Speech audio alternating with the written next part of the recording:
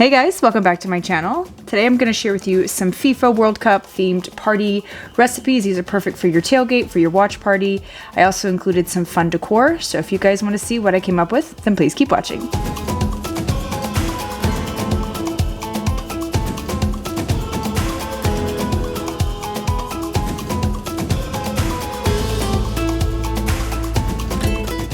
Alright, first up is our loaded nachos. Now I use chicken for my protein. You could always use ground beef, you could use ground pork, you could use, shredded beef, or you can use no meat at all. Completely up to you. That's the beauty of nachos. It's completely based on your taste and your likes. Here I am cutting up all of my veg. I did cook my chicken earlier. I cooked it yesterday just so I would have it ready to go. You can use a rotisserie chicken. I used 2 chicken breasts and put it in the crock pot with some chicken broth and some seasoning, and then I shredded it myself. You can use canned chicken, of course, and any protein, you just cook it the way you like it.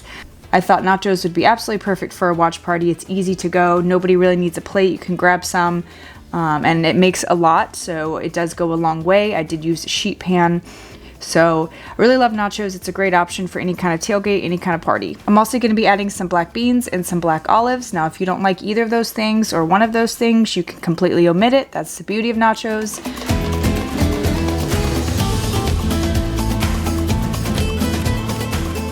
So like I said, I prepped this chicken yesterday, put it in the bowl, put it in the fridge, just until I was ready to use it. I've got about a half jar of this salsa and some taco seasoning I'm going to mix together and then mix it into my chicken just so it's not bland. It's got some flavor to it. And it also, re-juices it up, if that makes sense. It kind of adds some moisture back to it. Now, I did not heat this up. You're going to add this onto your nachos and then stick it into the oven so you don't have to worry about cold chicken on hot nachos.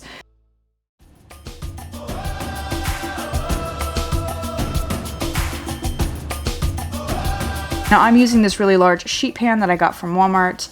It's really, really great. As you can see, it took a whole bag of nacho chips that I'm sorting here.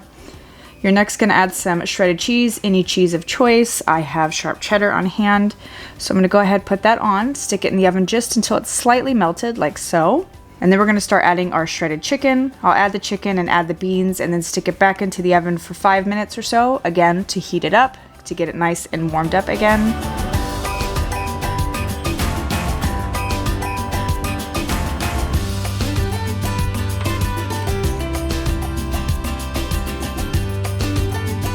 Once that comes out, we're going to add our queso. I love this queso dip. It reminds me of the queso that you get at the restaurants. Really good, really creamy. Add as much as you like or as little as you like. Then we're going to start adding our cold veg on top. We don't want to add this and then put it in the oven. It'll kind of make it warm and gross. We don't want that, so you add it after you're done warming up everything. We're going to add our onions and our olives. And of course, if you have fresh jalapenos, use those, or if you don't like jalapenos at all, leave it off. Then we're going to be adding all of our cold condiments, so our sour cream and our guacamole. Now feel free to make guacamole from scratch. I love fresh guacamole, but this is easy and, easy to throw together. You don't have to worry about mixing up all the avocados. And then to finish it off, I'll add some fresh chopped cilantro, and that is it. Now, this clip in the video doesn't do it justice. It is absolutely massive. This will feed probably 8 people easily. All right, next up is our Philly cheesesteak sliders. Here I've got 2 green peppers and 2 yellow onions. I do like a lot of onions, so I did cut up 2. Just gonna slice those up nice and thin.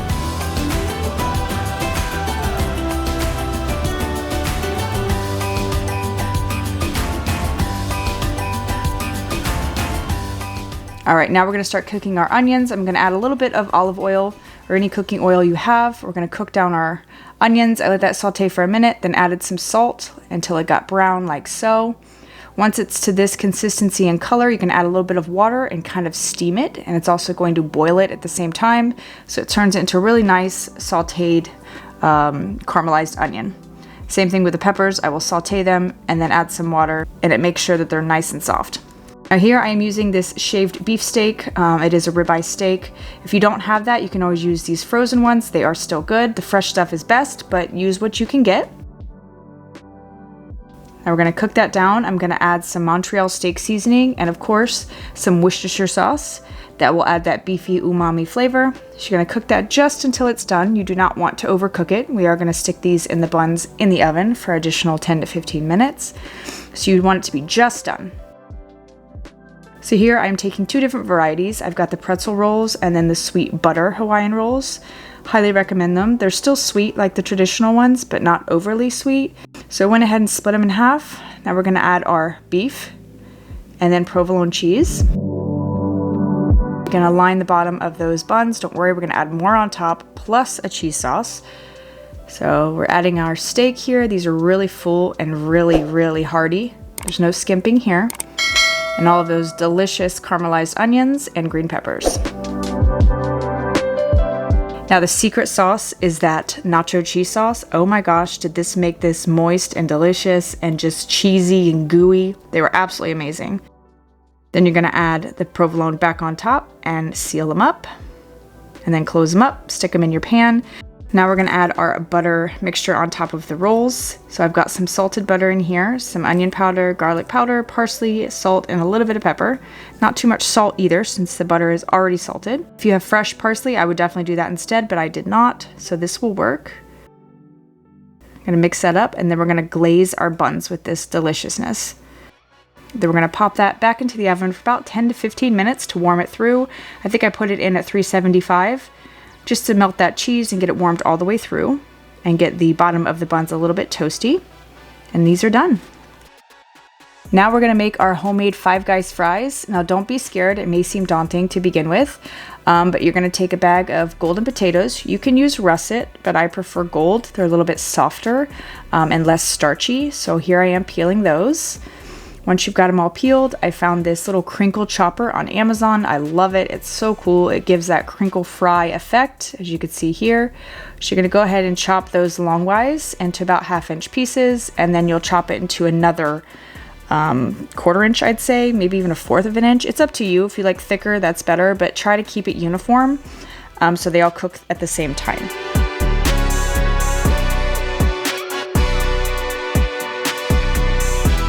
Now the biggest secret to making your own homemade fries is putting them in the bowl and letting them sit in hot, hot water, almost boiling water. You're gonna mix it around. Do not add any salt. We wanna draw out that starch. We will add the salt back later. So here I am drying up my fries. You wanna really pat them dry, make sure they're as dry as possible. That's why I use towels. Now here I decided to use another tray. One, because I was making the spicy Five Guys seasoning to go on the fries, and then also you don't want to crowd the pan. If you crowd the pan, the fries are not going to crisp up nice and they're not going to cook right. So you want it to be an even, flat layer, no matter how many trays you use. All right, now we're going to make our famous Five Guys Cajun seasoning. It's pretty simple. Paprika, garlic powder, onion powder. We've got some red chili flakes. We've got some oregano.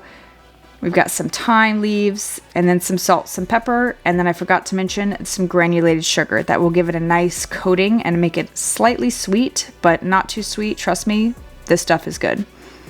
So now that we've made our mixture, we're gonna go ahead and add it to our fries. Once you've got them completely coated with your mixture, you're gonna mix it up real, real well. Make sure, again, everything is flattened in one even layer.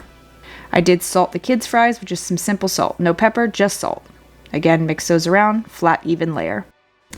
Now I bake these in the oven at 450 for about 12 minutes. After 12 minutes, I take them out. I flip them carefully. You want to scoop it from the bottom and kind of flip it over. And then you're going to stick it back in for another 15 to 20 minutes. Now, if you want them really crispy, just put them under the broil for the last 5 minutes, I would say. These were amazing. And then for dessert, we're going to have our brownie bites. I went ahead and made these brownies in a 9x11 pan, so it was nice and thin, not too thick. I used the Duncan Hines brand. This one is amazing, super fudgy, super chocolatey, and the ingredients are pretty simple. 1 egg, some oil, some water. And then we're going to take our cream cheese icing and mix it with some green food coloring, and then I've got some green sprinkles here. And then I found these cool sprinkles on Amazon. How cool are these with the trophy and the soccer ball? Love that. I'm going to go ahead and mix my icing with my green food coloring. As you can see here, it did come out a little too fluorescent for me, so I did end up going back and adding a drop or two of blue food coloring, and it got it to match the sprinkles a little bit better. So you can always use color theory when making your frosting to kind of match it if you need to your sprinkles like I did. But this food coloring is very, very potent, so I tried to be careful. You don't want to overdo it.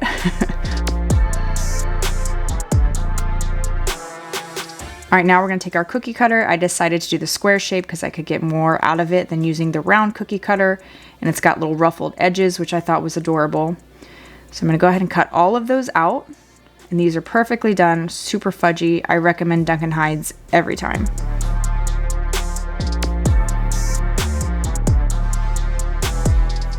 All right, here they are all cut out. Now I'm gonna put those in the freezer for about a half hour just so they stay nice and firm and don't fall apart on me when I go to frost them. So here we are. After they're nice and cold, we're gonna frost them. And then you're gonna dip them into your sprinkles, press down slightly, like so. How cute. Then we're gonna add our little sugar sprinkle topper. You can add a little bit of icing on the back of that just so it sticks, and then stick it on. Easy peasy lemon squeezy. These are done. Of course, this was my kid's favorite thing. Go figure.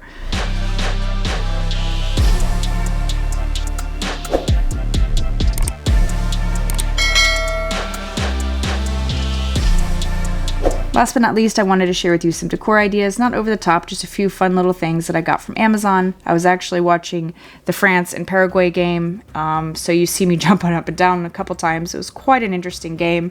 Very aggressive, Paraguay was. But France won nonetheless. If you can see, I have a France jersey on. I do have a Frenchman in my home. So we were all rooting for France, and they are doing amazing. So here I am. I got these banners from Amazon. I'm just setting them up on my coffee table where the food is going to be. That's where I'm going to set all the food. And then I put the banner on the TV as well. Nope. There you go. Looks like France scored. Yes. Go Mbappe. He's amazing. So I got this runner also from Amazon. It's got a cute little soccer ball and a field on it. Same with these pillow covers. Everything's from Amazon. It will be linked down below. It's just a fun little touch for the kids. They always love the decorations. And now we're just going to set up our food. I usually don't share with you guys my setup process, but I do like to make it nice and cute and presentable. It just completes the whole meal for me, is having the decorations and the food. So just setting the food out. You see how large those nachos are? I told you they were big. The video just didn't do it justice. And you can't have a game without some popcorn and beer. So I've got the popcorn here. We're just gonna put our toothpicks and our sliders. I forgot to add those in. Oh, we scored again. Awesome. And then I've got some napkins. Again, Amazon. I will link everything down below.